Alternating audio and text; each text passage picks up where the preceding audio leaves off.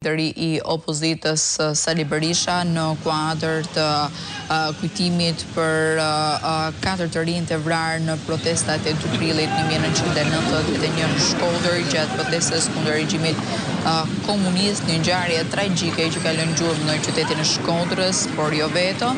Sapo ka mbërritur zoti Berisha në këtë aktivitet për kujtimin e Erben Brocit, Bujar Zhanakut, Nazmi Kuezdiu dhe Bestik Cekës. Ka një takime dhe me qytetarët, të cilët kanë mbërritur gjithashtu për të ndjekur nga afër këtë aktivitet që do të mbahet në Shkodër për të rikujtuar masakren e 2 prillit, një ngjarje tragjike që ka ndodhur në vitin 1991 gjatë protestave të regjimit komunist, ku forcat e sigurisë kanë hapur zjarr në atë ndaj demonstruesve duke vrarë 4 të rinj e asaj kohe.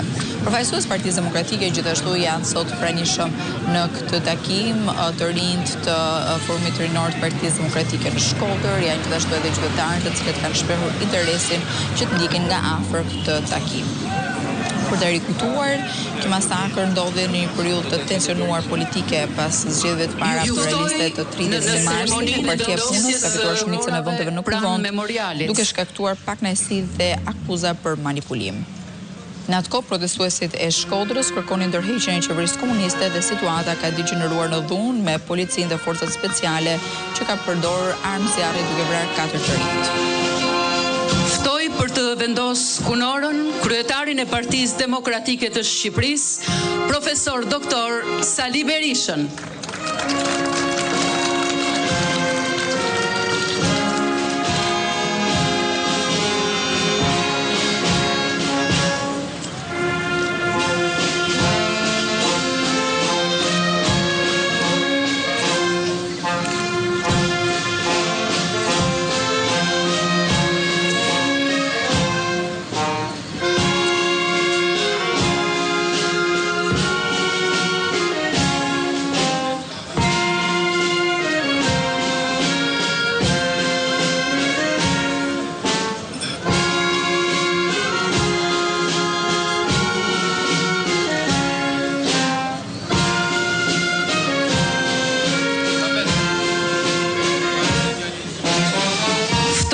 Drejtuesin politik për qarkun Shkodër, zotin Luciano Bocci.